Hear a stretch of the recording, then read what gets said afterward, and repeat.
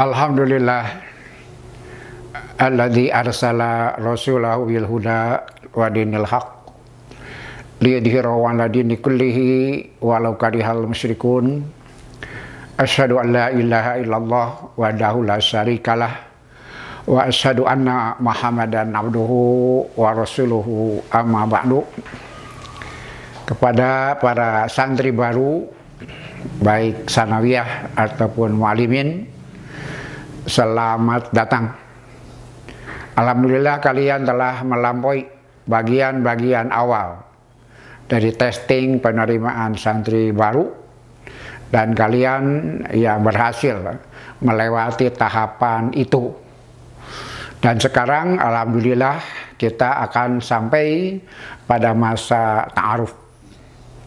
Kalian punya masa depan yang sangat cerah, masa depan yang penuh peluang, masa depan yang menjanjikan kemajuan. Karena Allah telah memberi bakat kepada kalian, telah memberi kemampuan kepada kalian. Maka dengan perjalanan proses pendidikan, insya Allah kelebihan-kelebihan kalian, bakat-bakat kalian, kecerdasan kalian akan semakin teruji dan semakin kalian pahami tentang kemampuan diri. Tapi pertanyaannya, apakah kemajuan akan selamanya menghasilkan kebaikan?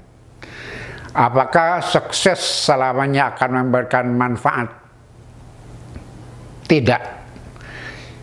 Karena Allah Subhanahu wa Ta'ala di samping memberikan bekal kepada manusia kemampuan, kecerdasan dan beragam bakat, sengaja Allah Subhanahu wa Ta'ala memberikan panduan hidup kepada manusia. Karena semua yang diberikan Allah kepada manusia itu bisa jadi baik, bisa jadi buruk. Itu sebabnya Allah mengirimkan panduan kehidupan supaya yang kalian punyai dari bakat, kemampuan, kecerdasan itu menjadi maslahat dan kebaikan. Apabila dibimbing, diberi rambu dengan undang-undang Allah Subhanahu wa Ta'ala. Itu sebabnya kemajuan akan jadi sebuah sukses dan kebaikan apabila kita melakukan semua kegiatan, melakukan semua tindakan, memilih semua pilihan kehidupan dengan diberi rambu Al-Quran As-Sunnah, diberi rambu agama. Tapi agama sekalipun belum tentu menjamin kebaikan apabila memahami agama dengan tidak sempurna, apalagi tidak paham agama. Agama sekalipun belum tentu jadi kebaikan kalau tidak mampu memahami ilmu tentang agama itu sendiri. Ada sebuah kasus di zaman Rasulullah SAW, di zaman para sahabat, ada serombongan orang mengadakan perjalanan safar. Kemudian dengan takdir Allah, salah seorang dari antara mereka terkena batu yang jatuh dari atas sehingga kepalanya luka dalam. Dalam bahasa kita bocor kepalanya. Dan kemudian dalam perjalanan mereka ditakdirkan Allah, salah seorang atau yang terkena luka itu dia bermimpi, mimpi basah dalam bahasa fikih, mimpi yang memastikan orang mandi junub, mandi sempurna. Maka orang yang terluka itu, yang di kepalanya ada luka dalam, yang sebetulnya akan berbahaya kalau kena air, tapi dia tahu kalau mimpi basah memastikan dia mandi junub, memastikan dia mandi sempurna. Maka timbul keraguan, apakah mandi atau tidak, apakah mandi atau tidak. Maka dia bertanya kepada orang-orang yang dianggap dia lebih tahu, mereka lebih tahu daripadanya tentang agama. Kemudian dia bertanya, minta fatwa, hatajiduna li ruhsatan. Begitu kata orang yang sakit dan kepalanya terluka dalam itu, adakah bagiku ruhsah, keringanan? Kenapa? Kalau luka ini kena air itu berbahaya, tapi aku punya junub yang semestinya aku mandi. Maka bertanya, adakah buatku keringanan? Adakah buatku rukhsah untuk tidak mandi? Orang-orang yang dianggap paham agama itu menjawab, ma najidu fika rukhsatan. Aku tidak melihat pada dirimu kebolehan rukhsah. Wa anta takdiru bil ma'i. Menurut pandangan kami, orang-orang yang dianggap mengerti agama itu, engkau bisa menggunakan air. Maka karena fatwa itu, dia mandi. Karena memang dia mesti mandi secara hukum. Karena dia mimpi basah yang termasuk hadas junub yang baru suci dengan mandi. Maka dia pun mandi. Maka seperti yang diperkirakan, lukanya semakin parah. Bahaya kepada dirinya kena karena luka yang dalam itu terkena air. Bahkan dikucuri air dalam mandi janabatnya. Sehingga dia wafat, meninggal dunia. Maka kejadian itu dilaporkan kepada Rasulullah Sallallahu Alaihi Wasallam. Rasulullah marah. Rasulullah kecewa dengan mereka. Qataluhu. Mereka telah membunuhnya. Mereka yang menjadi sebab celakanya orang itu dengan fatwa yang salah. Maka kata Rasulullah, ala yatas'aluna idza la na'lamu. Kenapa mereka tidak bertanya ketika mereka tidak tahu? Janganlah mereka membuat hukum tentang agama dengan tidak tahu apa yang semestinya dia lakukan menurut tuntunan agama. Kata Rasulullah SAW bahwa beliau menggambarkan kekecewaan kepada orang-orang itu, sehingga dia mengatakan sebaiknya mereka itu bertanya dulu kepada orang yang lebih paham. Bahwa bertanya itulah sesuatu yang sangat penting.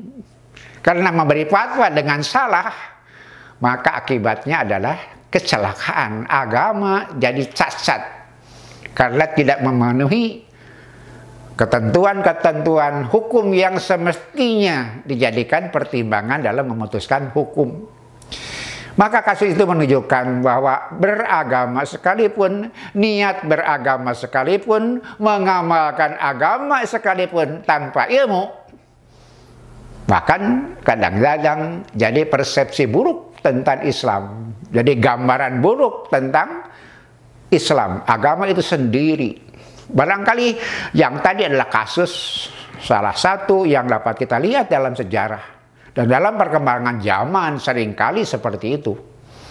Dengan agama justru mendapatkan kecelakaan. Dengan alasan agama justru menjadi cacat. Justru mengurangi wibawa agama. Kenapa?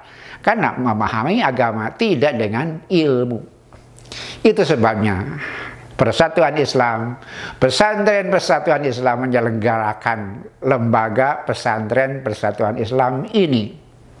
Supaya lahir orang-orang yang punya bakat, punya kecerdasan, punya ilmu, punya masa depan, tapi dijamin dengan kemampuan memahami agama dengan benar. Itulah Pesantren Persatuan Islam. Kalian sekarang ada di dalam wilayah Pesantren Persatuan Islam, dan kalian harus pahami bahwa di Pesantren Persatuan Islam, di samping kalian diajari ilmu-ilmu yang sangat penting buat bekal kehidupan, tapi salah satu yang menjadi kunci utama pembeda dengan lembaga yang lain adalah mengajarkan agama, memahami agama dari ABCD-nya. Itu berbeda dengan lembaga yang lain yang boleh jadi mengajarkan agama juga, tapi agama dalam konteks Pesantren Persatuan Islam adalah tafaqquh fiddin, benar-benar memahami agama dari ABCD-nya.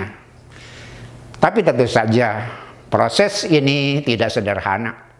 Itu sebabnya Pesantren Persatuan Islam mengadakan seleksi dengan ketat untuk menerima siswa yang memang punya kemampuan, punya kemauan, kemudian punya minat tinggi di dalam memahami agama.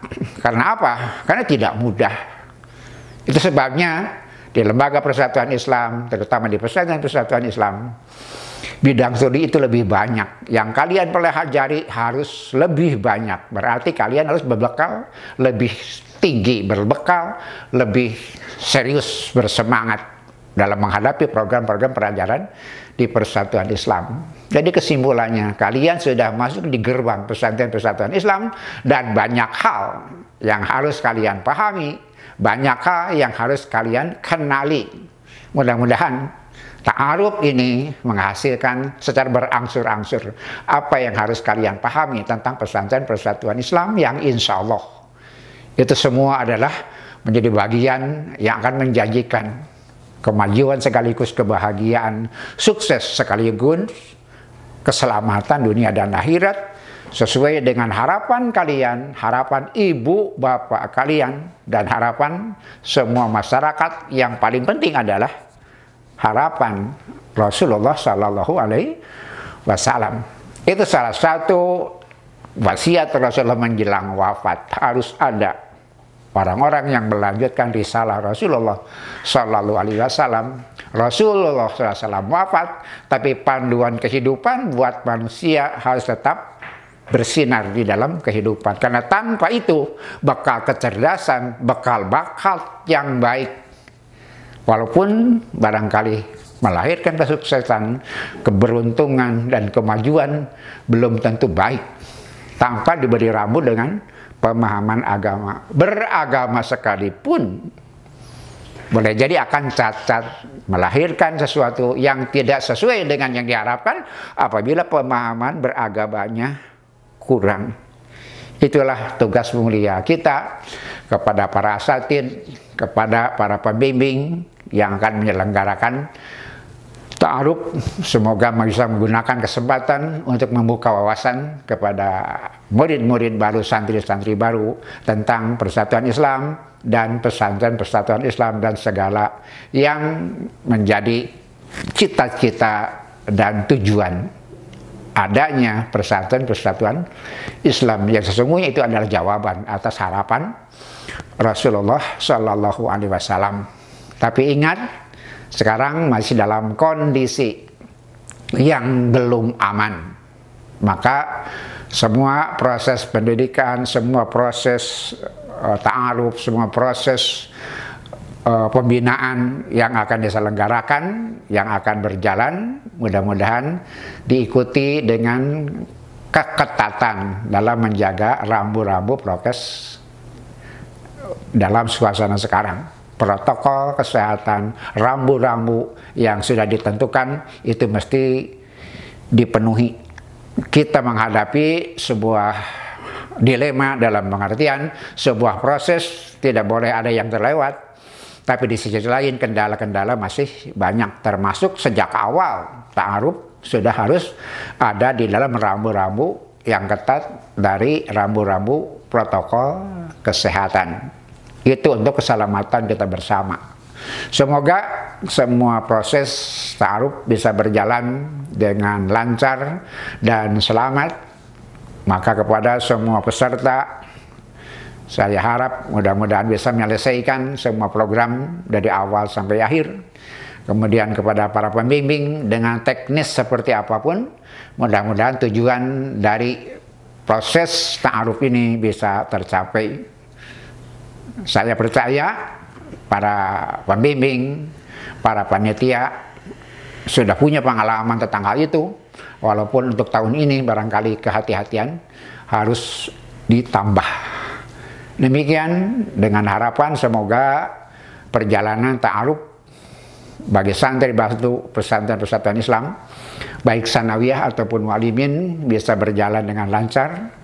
Maka dengan ucapan Bismillahirrahmanirrahim, proses ta'aruf santri baru Pesantren Persatuan Islam untuk tahun ajaran 21 sampai 22 saya buka dengan resmi. Selamat menjalankan proses ini, semoga Allah selamat menyertai kita. Wassalamualaikum warahmatullahi wabarakatuh.